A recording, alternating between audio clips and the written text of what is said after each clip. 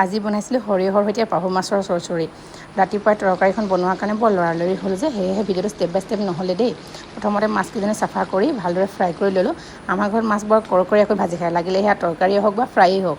সেইকাৰণে মাছখিনি ভালদৰে ভাজি অকণমান তেল কমাই তাতে সেই তেলতে অকণমান কালজিৰা এটা পিঁয়াজ আৰু জলকীয়া দি ভালদৰে ভাজি ল'লোঁ।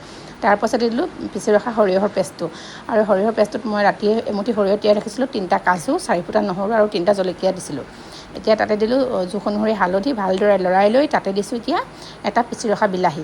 সেইখিনি এতিয়া ভালদৰে লৰাই লৈছোঁ আৰু দিছোঁ পানী এবাটি। এতিয়া এইখিনি ভালদৰে উতল আহিবলৈ দিম। প্ৰায় 10 মিনিটমানৰ পিছত চালোঁ, আমাৰ ধুনীয়াকৈ সৰিয়হখিনি সিজি গ'ল। এতিয়া সোৱাদ অনুসৰি নিমখ দি ভাজি ৰাখি থোৱা মাছকেইজনী দিছোঁ। সৰিয়হৰ চৰচৰিখন বনাবলৈ খুব সহজ হয় আৰু খাবলৈও যথেষ্ট ভাল লাগে, হয়নে? আকৌ এবাৰ ঢাকি দিছোঁ। প্ৰায় 7 মিনিটমানৰ পাছত চালোঁ আমাৰ তৰকাৰী ৰেডি। একেবাৰে শেষত অকণমান মিঠাতেল আৰু জলকীয়া দি পৰিৱেশন কৰিলোঁ। এই চৰচৰিখন কাৰ কাৰ প্ৰিয় জনাব দেই। আজিৰ ভিডিঅ'টো ইমানেই, বাই।